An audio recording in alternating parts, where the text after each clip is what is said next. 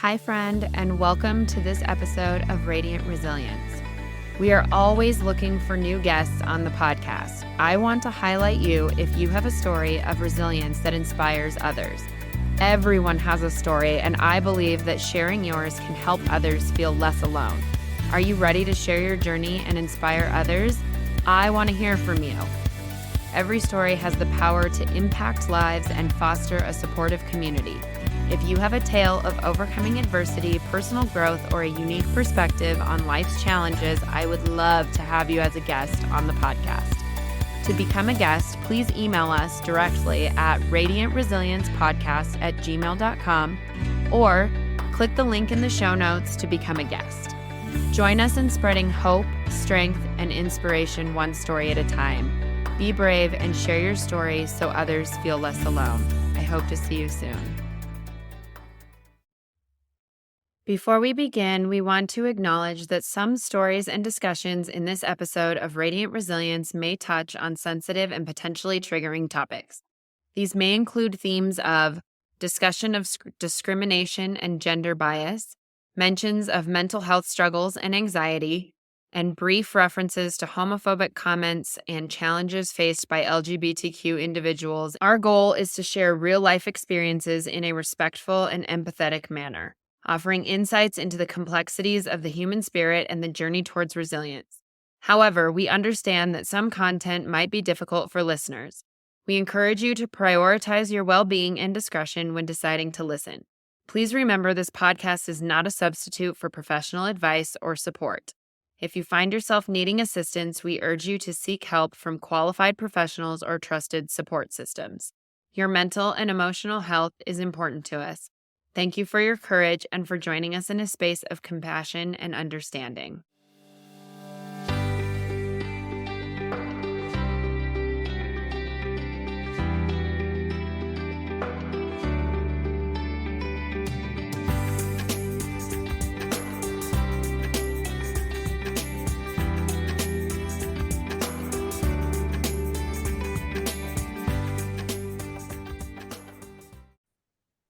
Welcome back, everybody, to Radiant Resilience. I have a very special guest on here today, Amber Benway, who is actually the daughter of Michelle Golden, who was on episode 7. If you haven't listened to that one, please go back and give that one a listen. Amber is an only child, currently going into her 3rd year of college at the University of South Dakota, pursuing a criminal justice degree and a minor in disaster response. Her career aspirations are to pursue law enforcement and become a police officer. And she's currently working in a corrections facility and has been there for a little over a year now to gain some experience, which actually we may want to touch on that a little bit more because that could be interesting too. I've never talked to anybody that worked at a corrections facility. But anyways, welcome, Amber. How are you? I'm good. Thank you for having me. Yeah, thanks for coming on. We thought we'd just give an overview of Amber's life. So why don't you go ahead and give us a brief overview of your childhood and things like that? Okay. You mentioned I grew up an only child. It was just me and my mom and my dad, which I'm very thankful for. We are very close. Literally everything that I would do growing up would usually be with them. We would just go on a bunch of little adventures as a kid. There's the Ledges State Park. I always remember going there and just little trips to thrift stores and stuff because we just found like enjoyment in little things. I grew up in Ames, so I was born and raised there for a while, I think by 7 or 8 years, I think. And And your then mom had you pretty young, right? yeah, she had me at 21, I believe. And I was a preemie, so I was born super, I think it was like 2 weeks early, I want to Okay. say. But, and then I know that I had a slight complications with like my lungs not being fully developed because I was a premature baby. But I'm here now, so obviously Hey. everything went fine. So yeah. And then about 6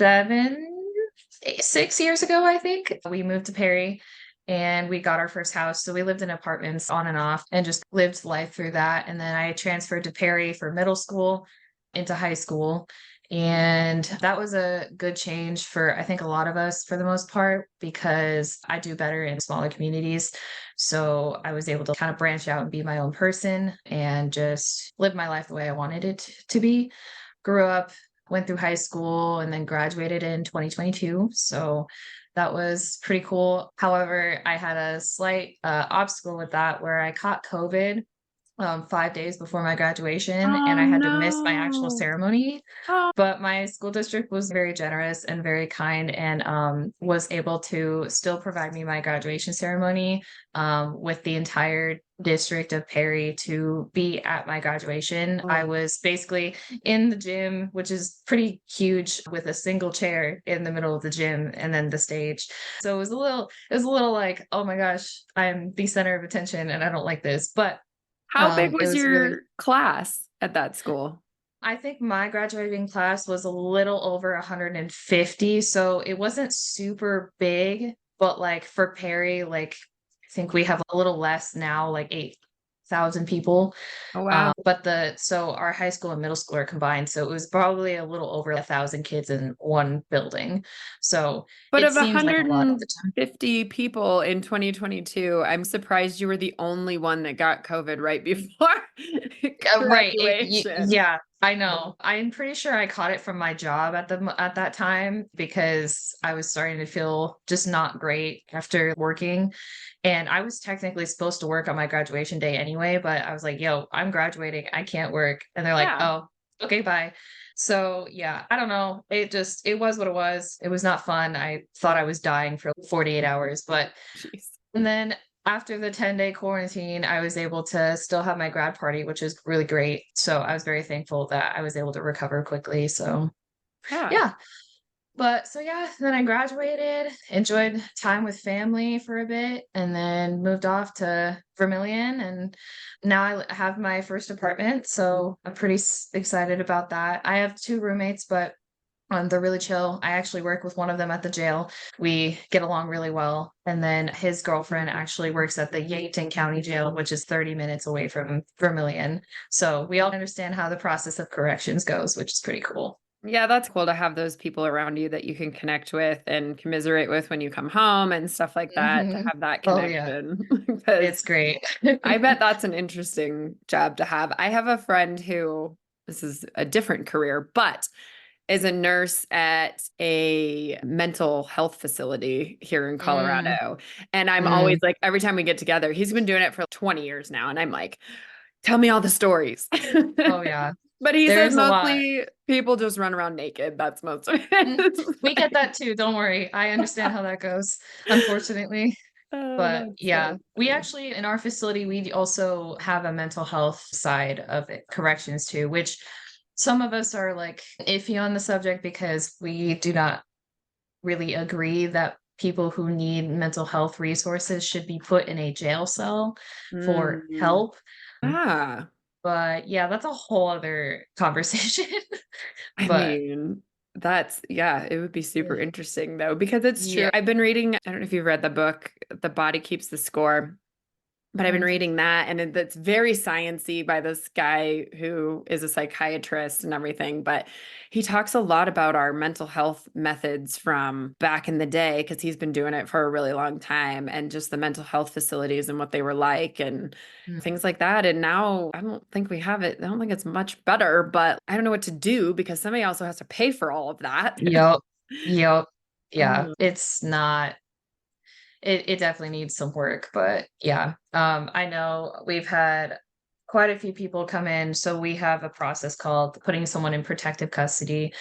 I guess we're just gonna go into this part. sure. So, We'll so backtrack here in a little bit. when someone goes into protective custody, they basically get an authorization through a mental health like attorney, I believe is the term, and then when it gets authorized. So usually they have to come in contact with law enforcement, whether it's someone's calling in on a welfare check, which is pretty common, or they come into contact with law enforcement in a different way and they are showing signs of maybe needing a mental health hold. So once that gets processed, then they will bring them to our jail because unless they need to be medically cleared, which you'd think would just they would just keep them. So we have a Vera behavioral health in Sioux Falls, but then we have a Sanford clinic which they work together, but they're like different at the same time. So you would think that they would just bring them to the hospital, which is Sanford, but unless they like actually need medical clearance, like if they have an injury or something, they don't normally take them there right away. So they bring them to us, and then we go through their protective custody process where it's slightly similar to a book-in process, but we don't take a mug shot. We don't do anything that would obviously put their information out to the public. Because if you get booked into jail, if you look at their county roster or whatever, you can see their name, what their charges were, how old they are, everything. Yeah, that's public information, right? Yep.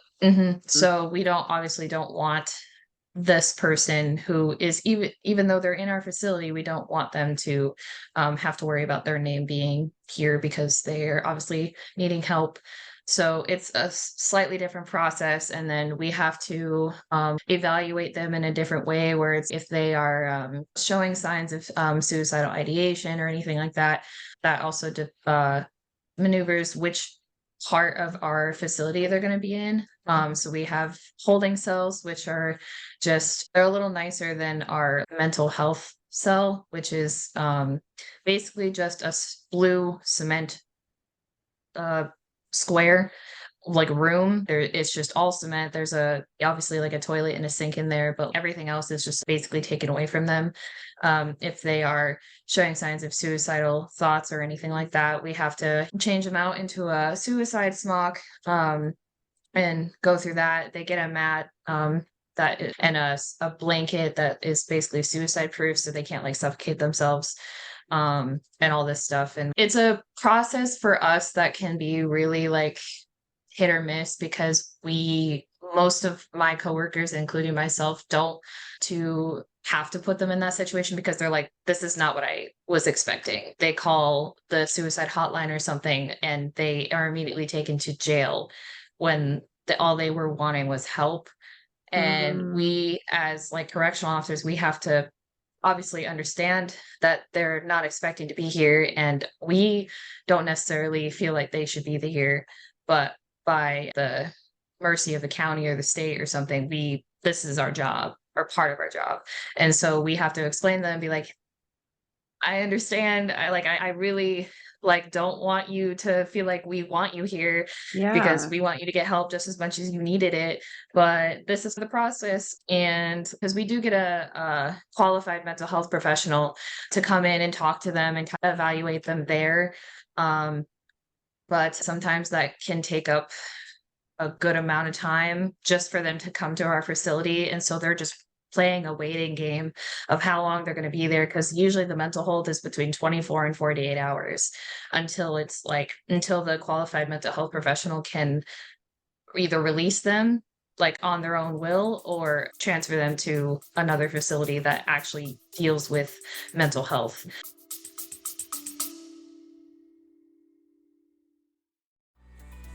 Hi everyone, it's Tawny from Radiant Resilience. I have some exciting news. I've been nominated for an award in the Women in Podcasting Awards under the category of Inspiration and Motivation. I'm so honored, and I love your support. If you found any inspiration or motivation from this podcast, I'd really appreciate it if you took a moment to go online and vote for Radiant Resilient. Please visit the link in the show notes. Your vote means the world to me, and it helps us reach even more people who might need to hear these stories. Thank you so much for being a part of this journey with me. I truly appreciate you.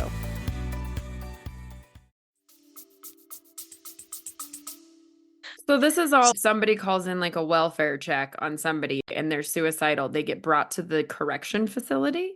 Is that Yes. just like a South Dakota thing? Is that like a state by state thing, I or? really don't know. I have been wanting to do a lot more research on it, because it seems right now it's just like a state thing, like a South Dakota thing, but it's so weird. And I don't even know if every county does it that way, because I don't know because the surrounding counties, we have Union County, which is like where Elk Point is, which is close to Dakota Dunes and stuff.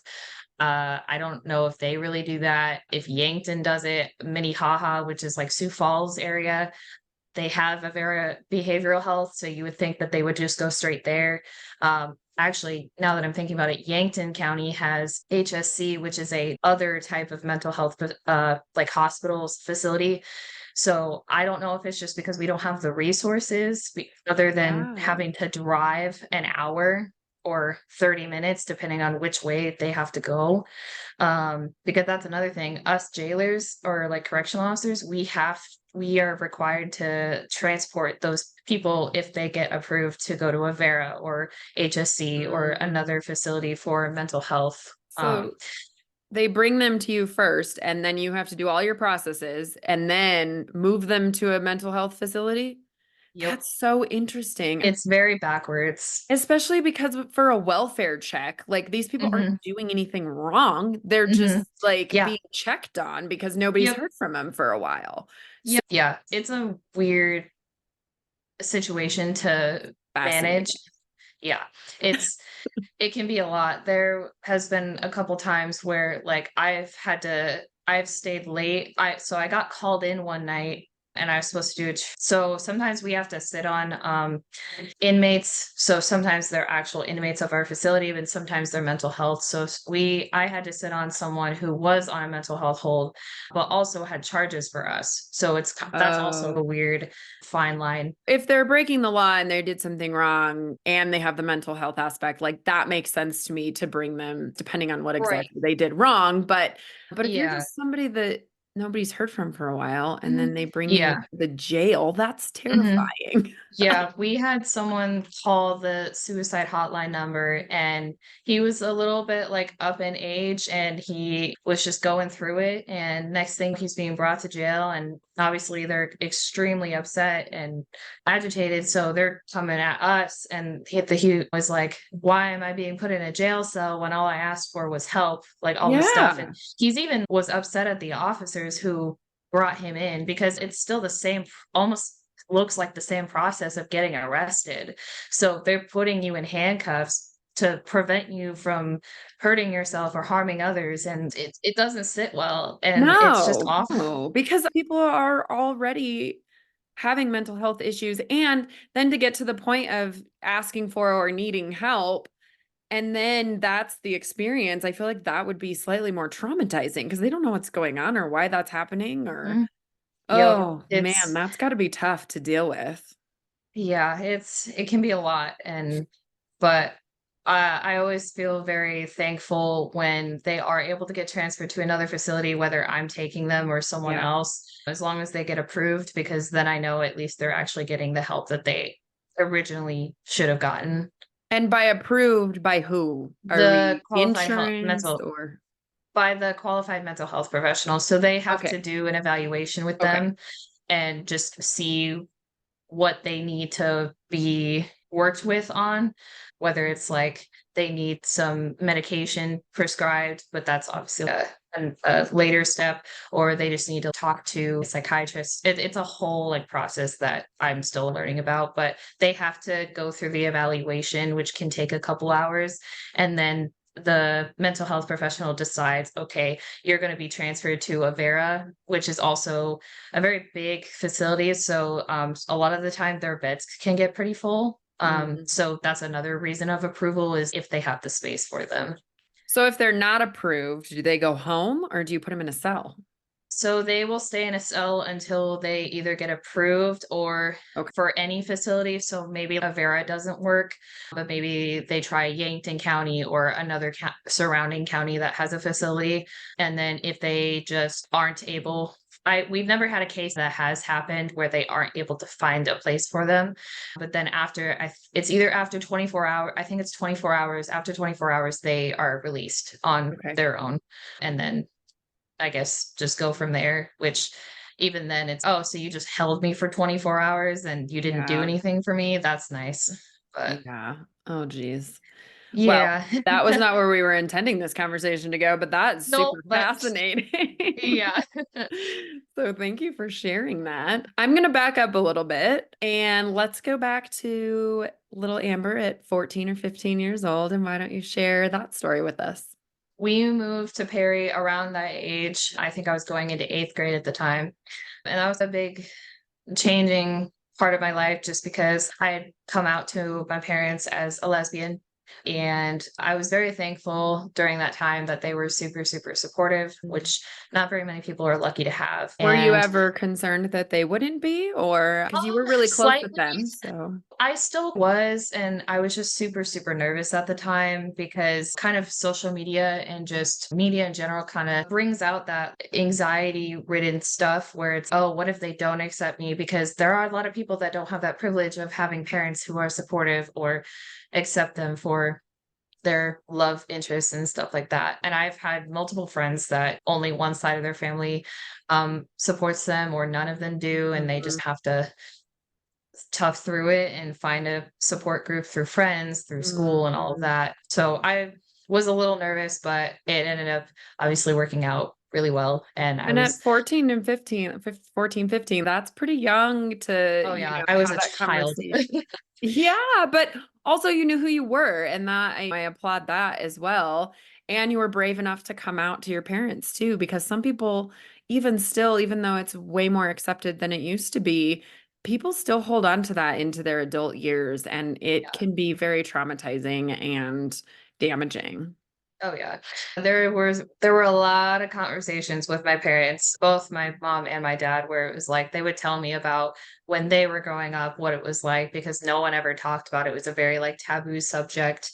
And I always kept in the back of my mind, my parents have drilled this into my head since I was a kid that they always wanted me to have the life that either they never were able to have or their parents weren't able to give them because they grew up not in the greatest lifestyle, but so they just wanted the best for me. And obviously they're very, like, protective of me because I'm their only child, Yeah, so I am almost their everything. yeah. So I they just didn't want me to get hurt and have to deal with any hardships, but obviously that's a part of life. So they just were very protective, but they were able to inform me on a lot of things, and it helped me maneuver through it where not everyone's gonna be accepting, and they're gonna say some really stupid, mean things, and you're not gonna like it, but you're gonna have to grow some thick skin and kinda tough love a little bit, but I obviously am very grateful that they were able to provide me that because I'm 20 years old now and I can live on my own and provide for myself and not have to worry about being like naive or anything like that anymore. Yeah, and that's really great that they did that for you. And I think that from what I've heard from a lot of these stories, that for parents, that's a lot of the times the scariest thing is they're not upset with their kid, right? They're just Mm-hmm. upset or worried about them living in the world we're living in, being different and the way Hmm. that we treat people. And it's Yeah. not okay. But I am happy to say I feel like there are changes coming. Things are Yes. changing in a better light for sure. Hmm. But it's always a long process for that. But I'm glad that they loved and supported you. How was the extended family? Did you talk to them very much? So that's been iffy for most of my life. I don't really have many relationships with most extended family. Most of them either just aren't very healthy relationships, and since I In was a kid, general? yes, Yeah. there is a couple, like, on my dad's side, so I have an aunt and a couple cousins that I do still talk to, and we got pretty close during I think it was around COVID, actually. So when I was in high school, we got pretty close, and because it was also during a time where my other aunt on my dad's side had passed away. So that was a timeline where we grew a little closer with my dad's side. My mom's side is a little less able to get close to. I've only interacted with them a few times, most of them at really big gatherings like a wedding. And usually it's just because my mom is working the weddings. Other than that, it's very hit or miss. They might send me a happy birthday on Facebook, or I might do vice versa if I think I'm close enough with them. But other than that, they're not super in my life. I've had a couple instances where they've tried to push into my life, and my parents are not accepting of that. They're like, you cannot tell our daughter what to do. That's her life, and she will live it how she wants. It's gotten to the point where there was a period of time where they would asked me why I chose the career that I did. Because, fun fact, I don't know if you know this, but I was originally, you might actually know this, I was originally a music major I when did I know first got to that. University of Yeah. South Dakota. And the big 180 change to criminal justice this past year, a lot of people had either opinions on it or just were not really understanding of why. And it riled up my parents just a little bit, where they were like, hey, this is not any of your concern. And this is her life. She's almost, at the time, I was almost 20. I'm an adult. I'm out on my own. I'm in college. This is my life. You should not have a say in what I do or don't do. I still get it at work. I've had people come in being arrested and being incarcerated. They're like, you're like, oh, you are going to be one of those kind of cops where it's like, where nowadays it's, oh, all cops are bad or all that stuff, or I'm a racist, all that's kind of nonsense. And, or it's, are you sure you're going to want to do that? Aren't you scared of it? Like, how can you even shoot a gun or something? Like, that's a whole conversation. And I was like, why don't you worry about not getting arrested while you're drunk and being put Right? on PBTs? But just saying. It's just So, so fascinating to me that why does everybody nowadays want to tell everybody what they can and can't do in any mhm, aspect of life? yeah. I don't know. For most of my life, I've always just been like, you do you, I'll do me. And as long as you're not causing harm to people or Mhm. yourself, then whatever. It just amazes me the amount of opinions that people have and feel like they need to share to in a way that's negative and judgmental Yeah. and rude. Yeah, it's happened so So, many times. Even so, a lot of my classmates and friends from high school, they knew I was going into music. That was my whole thing. I was really excited about it. Don't get me wrong, music is still a part of my life and always will be. But when I found that law enforcement was like my niche, I originally started working at the university police department here in Vermilion, which is just campus police basically, but they still do police work. They help our Vermilion Police Department. They're certified officers, so they just do different work. Um, and I was a security officer at the time, so I would like lock buildings, write parking tickets, all that stuff. And I just, in that time of my life, I was just trying to use the job for work study, but I actually found what I really wanted to do, because helping people on possibly one of their worst days of their lives, that is my thing. I love helping people. I've always been that way. That's why I thought I wanted to like teach music, because I had very memorable teachers in music throughout my life that were able to help me and grow as a person. But it's just, you figure it out. Like, it's a spectrum, it's a process, and as long as I'm happy, that's all I care about. So whether people from my high school, when they found out I changed and they were like, oh, so you're going to be like, basically, excuse my language, a piece of shit because I want to help people in law and enforcement. But so this is because you decided to go the law enforcement route. yep. Mhm. I mean, somebody's got to do it too. Like, Exactly. Okay, so when you're gonna call 911 because, you're mhm. maybe in a domestic, or maybe you have a medical call, because police officers go to medical calls. They're actually one of the first ones there, because the process of an ambulance getting paged out takes a minute. So you're going to need someone to be there. And we are certified to be able to provide life saving measures like CPR and Narcan and everything like that. Maybe think about that before you tear a person down like that for wanting to help people. And that's really, But really tough because unfortunately, that's become the view of the police force. And mhm, I do think that there are some bad cops out there, 100%. Just like I in any agree. group, there's bad Yeah. seeds in any Yep. group of people. But I believe for the most part, people want to help people. Yeah. So that was your why, was because you wanted to help people Mhm, because you started the campus job? mhm. Yeah, that was my kind of aha moment. I've always been fascinated with law enforcement, I think since I was like 16-ish, and I did consider it like my sophomore year of high school, but again, people were telling me that I couldn't do it. Not my parents, but people like in around the school, whether I had a couple teachers actually tell me that I shouldn't because they didn't think I could. They say that. Because I'm a woman. Fun fact, because I'm a woman, Oh. because I'm small, I'm not muscular. I go to the gym and I work out and I do everything I can, but my freaking body size does not really matter if I can do the job or not. I Well, mean, also there's a lot of different areas. It's not like you're going to be constantly like chasing down and wrestling a big guy. yeah. And if I You am, know? there's going to be certain things that I'm going to be allowed to do because because of my body size, I have a disadvantage, but one, I'm more than likely not going to be alone. Yeah. So I'm probably going to have my partners and other backup and stuff. And two, I have other tools that are at my advantage. Obviously, I would not misuse them because that's not what they're for, but they get used quite often. You mean you take what you can give. Just because I'm a woman and you think I can't do the job just makes me want to do it even more. And I'm going to literally just tell you to, again, excuse my language, but fuck off. Yeah, for sure. It's just such an interesting conversation. I can't believe that we still live in a day and age that does that. There are so many female officers out Yeah, there nowadays. Like, exactly. why are we still having that thought process that a woman cannot be equal to a man? Exactly. Sometimes I'm pretty sure, depending on like the department and how they're trained, some of them are a little even better than a male police officer. I've actually done my own research on this, especially working in corrections. Most women are very emotionally based in their like psychologically, and men are very like analytical and logical. So we are able to build rapport with people, which I just learned about in my psychological first aid class last year. And I'm actually and not in a selfish or braggy way, but I've grown to do that in corrections and I'm pretty damn good at it.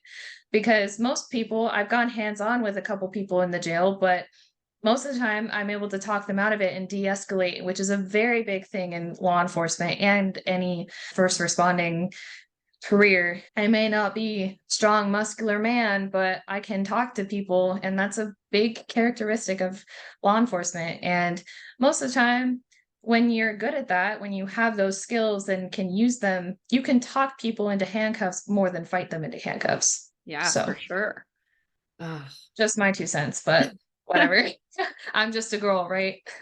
Oh my gosh, I cannot believe that. I don't know, because it wasn't that long ago that you were in high school. It's not like I'm coming up on my 20-year high school reunion. Maybe you would expect that from that Right. generation, but that just is Yeah. crazy. But I'm proud of you for forward and doing it anyways. But this is super fun conversation. I don't know. Like Yes. Oh, so what do you think you want to do? Are you going to stay at the corrections facility or what do you want So to do after college? Like what's So I'm actually coming up on my 21st birthday in about Yay. less than 6 months. So the state of South Dakota requires you to be 21 to be a sworn police officer. So my goal right now is fingers crossed that I will be going back to the University Police Department where I started and be a police officer there. It's a very tight knit like office situation. I know everyone there. I'm very good friends with them, even outside of work, and I haven't worked there in 2 years. But I really enjoy what they do there. They're very focused on community-based policing, which is a big like thing for me. I love when police departments involve the community and work in basically cohorts with people of their home and everything like that. So that's my goal. I also really think I would do pretty well with it for at least a first time, like full-time job. I hopefully it would be long term, but I don't know where life is going to take me after 5, 6 years or so. So maybe I might find a better opportunity. But I really enjoy the fact that they do everything that a police officer does. They get trained, they get sent to academy for 3 months. So I would be doing that.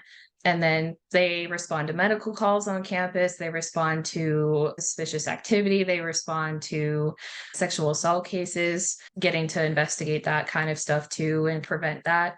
And they do just everything that a cop would do, but a little bit more focused in the student community, the student body, which I really like because I would be 21 at the time and still pretty young. And some people already know me on campus. So they would hopefully see my face and hopefully think good things and Yeah. feel comfortable to talk to me about anything that might be happening or maybe something they saw and hopefully report those to us. And I can be there for people when they need the help the most.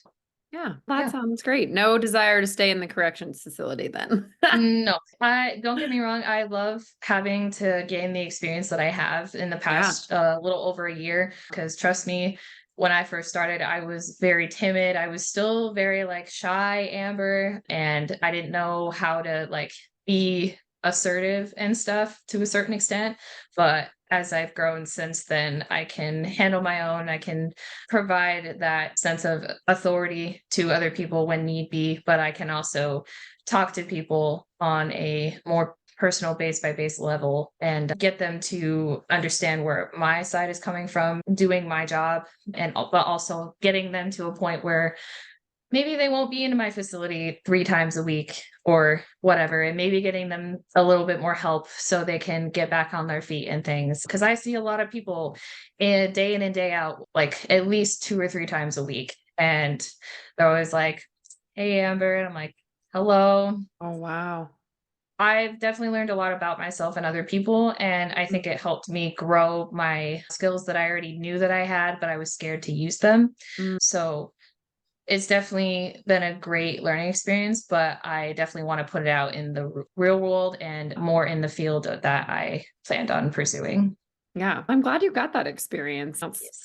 I think it's super interesting. And then just to learn how the law works too. I Yeah. think we all think that we know how it works and it seems Mhm. so straightforward, but it's actually not at all. It's very like gray area sometimes. Mm. And there's just so many things about it. The amount of statutes I've learned in the past year, granted, we get some of them more than others, like a DUI, a simple assault domestic, a simple assault. In South Dakota, having a fake ID is a felony. So, fun fact, Oh, don't wow. do that. So, we've gotten a lot of that. Learning just what's a felony, what's a misdemeanor one charge, what's a misdemeanor two, things like that, what that entails, what that means for someone who's getting incarcerated. So if you have a DUI, if it's a first offense of a DUI in the state of South Dakota, if you are a resident of South Dakota and you have a South Dakota license, your bond or bail, which is a little different, your bond to get out is unsecured, which to people who don't know what that means, it means you do not owe any money to us right away, and you are able to get out on your own will, as either if you're sober. So if you sober up in 12 hours or whatever, you can go home. Or if you have a sober ride, and we will have to breathalyze them and make sure they are sober. And then we have them basically sign for liability saying, "Hey, I'm going to take liability of this person. I am sober. I'm driving them home wherever, no Yeah. longer in our facility." And then you guys go home. Yeah. But the unsecured part means if you do not show up to your assigned court date, which is a failure to appear, you will get a warrant out for your arrest of that. For us, it's $500. Unsecured, you do not owe $500 if you live in the state of South Dakota. But if you don't, it's 500 cash or surety, which means cash, you pay cash or you pay like a percentage of that, which you would have to go through a bail bonds person. And it's just a different Mm, process. yeah. So don't get it fake and don't break the law because it's process. I feel like that should be pretty self-explanatory, but it's Yeah. not for everyone. Oh man, for such a young human, you have lived a lot in this lifetime and you're just Yes. so mature and I admire you. I think Thank your you. parents raised you right. I like to think so too. Yeah, they did good. Yeah, so you're just living the summer, working, and then you'll turn 21 and go that route. And Yes. yeah, See where it goes. yeah. Yeah. Yeah. And another thing too, I was just thinking about this a little bit ago when we were talking about like the me coming out to my parents, correlating the two together where I'm a lesbian, but I also want to be in law enforcement. A lot of people think that can't correlate, that can't happen. And Why? it sure can. I had someone once from when I graduated in my graduating class reach out to me because they had some opinions on me switching my career. And they were like, basically, since certain incidents happened at, well, what was it? Was it in California with the raid of a gay bar? And some of the victims had unfortunately passed away from that. And obviously, it was from that department who was like raiding it and like shooting individuals and things. They were basically they used that as an example where it was like, oh, you guys just victimize people of LGBTQ and you profile them just as maybe any person of a different color, a different race from you, just on the profiling base where it's, oh, you are basically unfair to people of the LGBTQ community, and you will basically hurt them in any way possible because you don't like them. Because apparently, as a gay person, I would do that as a police officer because I'm To unworthy of that. people who are not LGBTQ? Or No, to who are. why would that make any sense? Exactly. Thanks. Thank you. Yeah. Yeah, it was so interesting because she ended up sending me an article about how the tragedies of LGBTQ with law involved in law enforcement, and we don't like law enforcement, and that they're just really like violent to us and all this stuff, and this is why LGBTQ people are dying and like all this stuff. And it was like a very weird, like very one-sided article Sure. where it was just, I was like, this does not make any sense. I've even had someone, I was on my floor of my freshman year dorm, who ended up like swiping up on one of my stories on Snapchat. And because it was something about law enforcement. I worked for the university at the time. And she was like, "Aren't you a lesbian?" I was like, "Yeah, why?" And she's, "And you are in law enforcement?" I was like, where's the comparison? Where's the line that you're trying to cross? Because it doesn't make sense. I don't know what you're trying to ask me because Yeah, they don't correlate that way at all. And I'm like, what? doesn't make any sense. So So you're getting it from both sides because you're a lesbian and because you're a woman. yeah, exactly. I'm like, where can I win in this situation? It's okay, you don't that I'm a lesbian or something, but I'm also a woman, but then I can't go do a career that I really want to do, which is law enforcement because I'm both. Yeah, that doesn't make any sense. What? Leave me alone. Mind your biz. Go worry about you.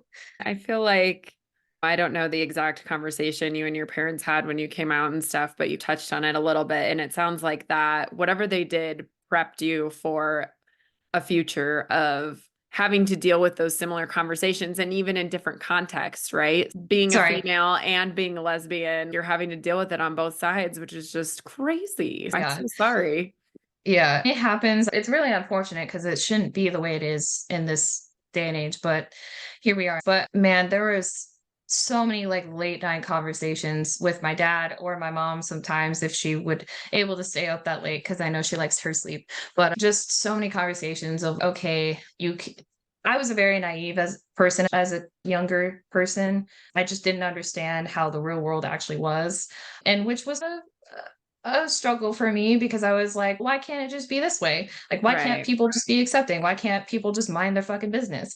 But that's just not how it works. People have opinions, people have their own ways that they got raised. It did really help me prepare for whether I've heard homophobic comments before, whether I've heard very just aggressive comments about me being in law enforcement or being a woman, or just interesting interactions I've had with men, which don't get me wrong, I don't have any issues with men. Like, I'm not one of those people that's, oh my God, like, I hate men or whatever. That's not how that works. Cause I have a very close relationship with my dad, and he is just amazing. Both my parents are great, and I wouldn't change them for the world. And obviously, I didn't get raised to just hate people. That's just not how that works. Right.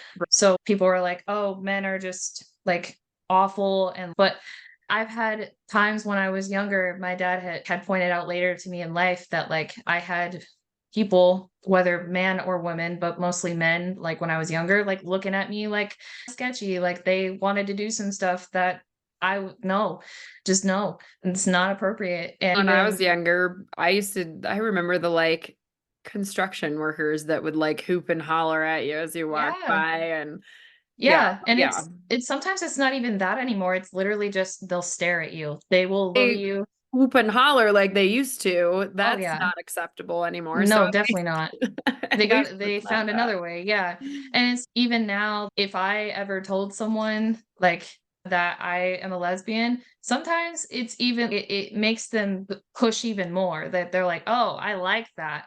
Like, I can turn you," or Oh. Oh. You haven't tried this before, you should experiment." And I'm like, "Shut the fuck up. Leave me alone." Wow. So, like, my parents prepared me for that, which was really weird to think about at, like, 16 when I was, like, getting into a dating stage a little bit and stuff, but I was like, damn, what is wrong with people? Mm, yeah, But that's crazy. I'm glad that they had those conversations with you because it sounds like it's going to serve you potentially the rest of your life. oh yes, very much. Even just being a woman too. Sometimes in law enforcement, like I have a coworker at my job at the moment that thinks women cannot be in law enforcement. He thinks that women can't do the job that a man can, which fine, that's your prerogative, whatever. But I'm not going to talk to you about that, and I'm not going to like Does he treat you argue about it. differently? Or does he Sometimes treat any of the other he's women differently? he treats a lot of us weird. He's actually our corporal. So he's up there, but he's very old school. And there's been a couple times where he's yelled at me for something that like was very unnecessary. And my admin was like, yo, that was like condescending. You shouldn't say that. And then he was like, oh, you're just looking into it. And she was like, no, the fuck I'm not. You shouldn't say that. So like they got into it and it was all for something very small. And I was like, okay, man, I tolerate the man. I'm just like, I do Sure. what you say because you're above me. I just do my job just when everyone else is there, just like normal. The conversations are very limited and it's just like, morning, how are you? There's no crossing that line because it's just not healthy. But yeah, he does treat me and other female correction officers differently. Not necessarily, oh, you can't do your job, but it's very like, oh, you're basically, I'm just a girl. I can't do the same amount of work that he can, kind of thing, if that makes sense. Yeah. Which I just proved him wrong because I may have made some mistakes in my job, but I'm pretty sufficient at my job. So, Yeah. oh Yeah. well. And it's temporary. There's Exactly. that too. Very true.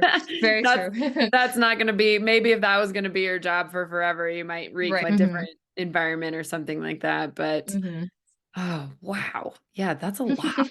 That's so much as Yes. a 20-year-old that you Yeah. Yeah, and it just really helps circling back to me being in therapy. yes. Actually, I don't Yeah. think I actually touched on that. That was our conversation prior to this. I've been in therapy for a few years now. I started like late high school, I think like junior or senior year. And my therapist from that time, not slightly, I don't want to say slightly, she diagnosed me with a general anxiety disorder, which I am not medicated on it. I've found ways to cope with it and I'm still in therapy. Sushi, can you not? Sorry. But it's taken me a while. I still was trying to figure out what kind of person I was going into college. And first year was just rough. That was one of the first times I had an anxiety attack full on. I had basically my entire body just stopped. I couldn't move. I was like Mm. hyperventilating. I was shaking. And it obviously I'm okay and I wasn't in danger or anything, but it was just not fun. I don't recommend.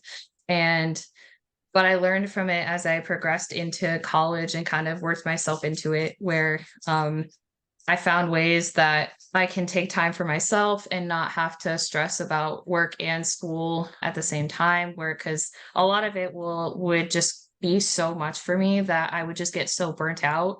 And then I would struggle to work my way back up. So then either maybe my grades would slip a little bit or my work would be less sufficient. So then I would just be slacking in one way or the other. And it's been that way for kind of most of my life. I'd either struggle in one thing or another, and I just never found a happy medium. But I think since this past 6 months to a year, I've very much grown as a person since still being in therapy a little bit and just being able to talk through some of the stuff that I have to deal with at work, or maybe there's drama in the department that I'm at with school because there's always drama in college, even though it shouldn't, but There's whatever. drama everywhere the Everywhere. rest of your life. Don't worry Yes, I about know. that. It's great. But so I've really been grateful to have that experience as well because not everyone can maybe afford that type of resource and stuff like that. And I'm grateful that my university actually provides mental health Nice. resources like that. That's where I go for my therapy. And I didn't like the idea of therapy at the time, just because in the time of my life, I was not the greatest child to my parents. So shout out to them. I'm really sorry. Obviously, we've had this conversation. I've grown a lot, but I was not the best child. So I made some mistakes. I did some dumb things, but um, it helped me grow closer to them too, because I felt like I could actually talk with them in a different way than I was before. I wasn't as scared to voice my thoughts and my opinions anymore, which was very useful in our relationships because they built more trust with me, I think, because I was able to communicate with them a little better. And I think that creates a healthier relationship too, as long as you're not just trying to be a jerk. I Oh, think that yeah. there's definitely something to be said about being able to voice your concerns, your opinions, and your thoughts. And I know that's something that I sometimes struggle with my own family. Like, Mhm. I don't want to hurt anybody's feelings. I don't like Yep. confrontation. Yep. And it's been Me really too. interesting because my husband is also an only child and Mhm. he can say anything that he wants. Hello, Sushi. If anybody's watching the video of this, her cat just popped up behind her. But he can say pretty much anything to his parents. He's very open, he's very honest, and then they have a constructive conversation about it. Mhm. And I've never really been able to do that because I feel like I'm getting better at it as I get older, but I think it does create a healthier, stronger relationship when you can safely voice your opinion and then just have a conversation about it. Yeah, and it was a process for me because for some reason I am also a very people-pleasing person, so I never wanted to upset anyone or say something wrong. So I almost was like at this point in this time of my life where I was like, I just wanted to tell my parents what they wanted to hear Hmm. and sometimes not what they needed to. Which is just me communicating in a normal way instead of just, I don't know, hiding things that I didn't want them to know or just not voicing what I was feeling at the time because I didn't want them to be upset. I was Hmm. honestly just scared of the word no. And I Mm, never really figured out why until I got into therapy and kind of just hashed that out. And it's now, rejection, right? yeah. That's a Yeah. fear of rejection. And I very much still struggle with that very Mhm. much. I'm afraid to, you know, I struggle with this in many aspects of my life, but to say what I'm thinking or ask for something because I'm so afraid of the rejection. And I am working through like why? What's the worst why if the worst thing they Exactly. can say is no, Exactly, well, my what's parents the said that deal?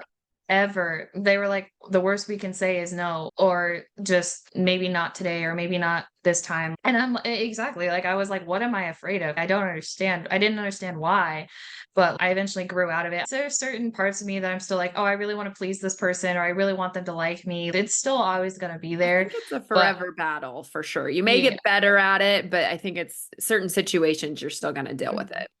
Yeah, and also around this time, my confidence level was so bad, like, I had 0 confidence, and it just took me a long time to get there, and I think the past couple years have helped me grow into that. I'm confident in myself, I'm confident in my body, in my own skin, my career choice, like, basically no one can tell me what I can and can't do because either if they do, I'm gonna tell them to leave me alone, or it's just gonna push me to do what I actually wanna do, what they're telling me not to. I So, love I that think at 20 years old, man. I know I keep saying it, but I wish I had that knowledge at 20. I am just now learning that stuff in my 30s. So, Yeah, and it was such a process. I did not yeah. think I was gonna be where I was today because there were, many moments in my life growing up with my parents. They were worried for me, like, they did not know if I was gonna make it through college, which I didn't blame them, like, they were just nervous for me. They worried about their child and, like, being able to succeed and be able to live on her own, and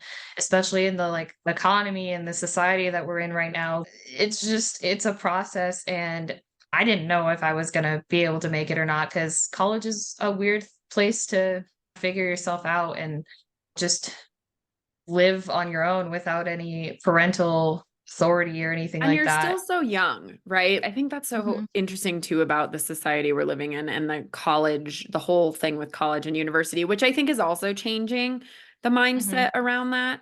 Because before it was like, that's what you do. You graduate high mhm. school, you go to college, you get a job that's like a corporate job with Yep, benefits and all the things. And then you get married yep, and you have babies, and there's this whole process, right? yep, And and now it's different. Yeah, it's definitely changing because college is so expensive Tell me about it. and it's just not for everyone. Like I did not Mhm, go to college. I went to beauty school during my senior year of high mhm, school and I like it was so funny when I first started doing hair. I don't know if I've shared this on this podcast yet, but I would have people because I was so young because I graduated high school in May of that year and then I graduated beauty school in July and then I started working full time at a hair salon in like September. And mhm. I would have people that I'm literally cutting their hair be like, "So you didn't want to go to college?" Because I was like 18, 19 years old. And I'm like, I'm literally cutting your hair right now. Like, You're like, "You should watch what you say." oh, so you Scissors. want 8 inches off your hair today? Like, it was, I don't get that anymore. I think it was very much because of my age at the time. But it is so interesting to me that we expect our 18, 19, even 17 sometimes year olds to know exactly what they want to do and who they want to be the rest of their lives. And then we send them, Mhm. my husband calls universities adult summer camps because of all the amenities and all the money you're spending and all the things. Literally. And he has a college degree. He went to Colorado State University. So like he did it all. But I don't think I would have made it in a university at that age. I would now, but at Mhm, that age, I had zero. I didn't even do that great in high school. Like I had mhm. zero desire to do the work, to learn the things. I Yep, wanted a social life. That was me in yep. school. Yeah, me too. I And agree.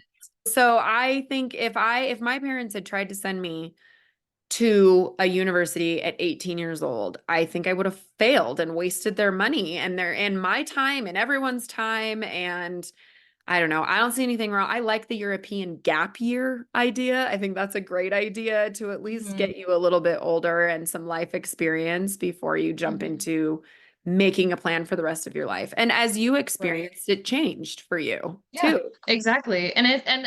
Even during that time when I had announced to my parents that I wanted to change my major, one, they already saw it coming because my parents know everything about me, and before I even tell them, they're like, "Oh, this happened." I'm like, "How did you know that?" So, shout out to them because they still shock me with that every day. Anyways, but, like, they were like, "Yeah, we saw that coming." And I was like, "Oh, okay, so you're not mad about it?" And they're like, "You're gonna do what you're gonna do, and if you're happy, that's all that matters." I was scared to tell them because I thought I was wasting their money or whatever, and I was just and my parents aren't able to really provide that much money to my college anyway, so I'm also trying to contribute to it as well. Because FAFSA is a whole thing and where it's, "Oh, your parents can afford this much money." No, they can't. That's basically, like, how they survive, and It it was just that's a really interesting thing to me too, because we were somewhere and we were talking to this guy. It might have been actually here where he was visiting with his daughter a college. And it's funny because I don't have the money in the bank to pay for this college. However, he was more middle class. So I'm not destitute. So they won't give me the help that I Right. like. Your middle class there totally get screwed in that regard Yeah, because they it's can't so afford bad. it because it's so ridiculous. But then you have to be like living on the streets to get help a lot of the Yeah. times from that. And it's because my first year, I was very lucky and privileged to get like a grant of almost 8 grand, which Wow. was great because I was taking a shit ton of credits at the time because music majors, I think the minimum amount is like 18 credits for just one semester. And that's a lot of money. So then after that year, and then I switched, like my grant level went down and like I have student loans already. I'm going to be in debt for a long time, but Mhm. which most of us are, I think anyway. But like when it goes off of your tax bracket, which I'm not exactly sure. I think we are middle-ish class now. I think sometimes we were like lower because I remember even before COVID, we were on food stamps for a while. We did go to food pantries and stuff, which is not a bad thing. I was very grateful that we had those resources Yeah, and for that sure. And you're um not just living off of them still. You used it when you no, needed yeah, it and then exactly. you moved Yeah, on. and Mhm. I think they're very beneficial. I don't like the stereotype of, "Oh, you're just using the government's money because you're lazy and whatever." No, my parents, so at the time, I don't know if you know this, but other people might not either, but my mom was basically working full time even before she had me. She was working while she was pregnant, which Mhm. nah, not the healthiest way to do, but shout out to her. And then even after, I think she only took a little bit of time off, and then she went back to she was doing hair at the time. So she was working, and my dad was the one who stayed home with me for 18 years. My dad used to run restaurants for a really long time and before they had me. So they just decided together that, hey, my mom's going to be working and making the income, and my dad's going to stay home and take care of me and watch me and make sure I'm okay. And it was just a weird family dynamic that not everyone understood, which not their business anyway. But so even at that point, we were only had a one family income, which is Yeah. not, it's not easy to do. And when my mom is working hours and hours of work and then having to do it again and again, and when you know how it is when you have cancellations or no shows and you're basically losing out on that money to provide for your family, that can be Yeah. really frustrating. And growing up, I didn't understand what that was like, and I gave her a hard time for it, so apologies for Mm. that. But now I have a slight understanding of what it's like, and it's not okay. And even in any, I feel like any career that you're self-employed, or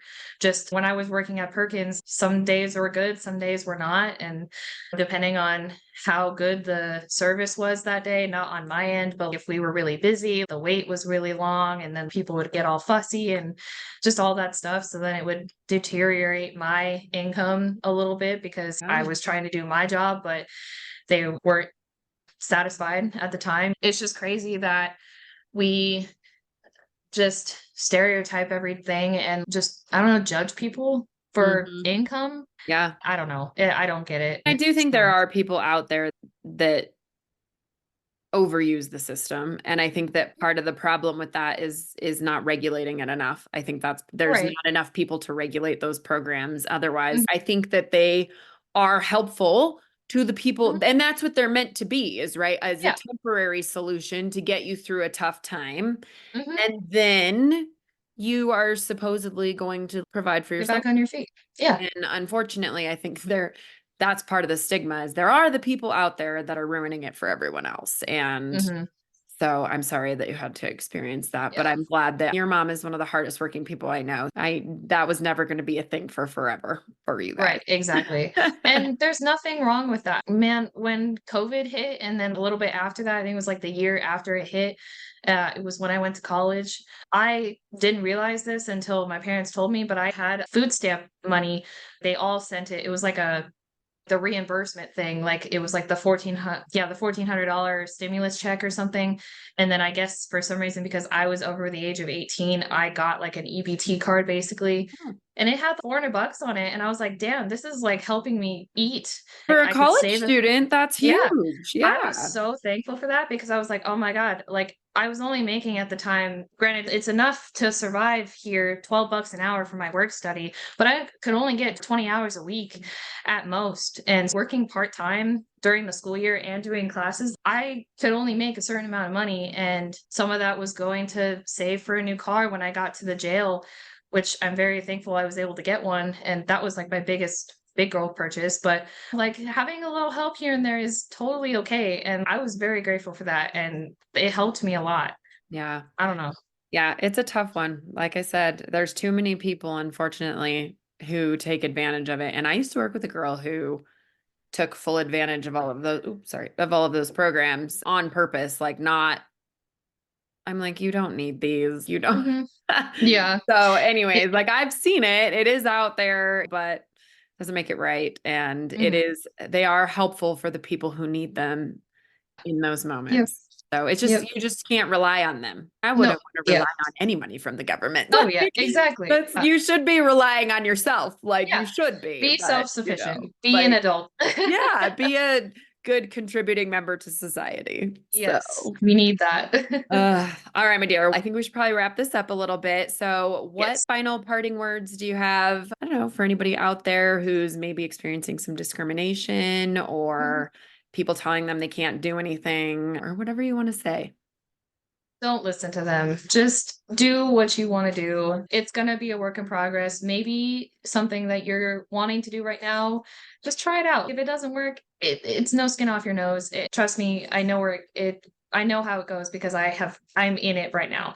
Whether you're my age, 20, almost 21 years old, or maybe a little bit older, mid-20s, 30s, just do what you wanna do. Don't listen to the stereotypes, don't listen to the negativity of other people's opinions, because at the end of the day, you are your own person. You are what makes your own decisions, and as long as you're happy, that's all that matters. Just do what you wanna do because you only live once. YOLO. Yeah. It's so true. Just live your best life. That's all I want Mhm. for everyone. We're all going to have our struggles. We're all going to get knocked down at some point in life. Mhm. I don't believe that people don't get knocked down at some point. So, Yeah. but you're very wise for your years and I admire you so much. So, thank you Thank so you. much for coming on and having this conversation. I think it was Yeah. very informative and very interesting and we touched on a lot of different things, which was fun. Yeah. Yeah, I really enjoyed this. Thank you so much for having me. Yeah, thanks. All right, everyone. Thanks for listening, and we'll see you on the next episode. Thank you so much for tuning into today's episode. If you enjoyed our conversation and found value in the stories shared, please consider following us on your preferred podcast platform. Your ratings and reviews make a huge difference. They help us reach more listeners and continue bringing you engaging, insightful content. We appreciate your support and would love to hear your thoughts and feedback. Until next time, keep listening, growing, and sharing.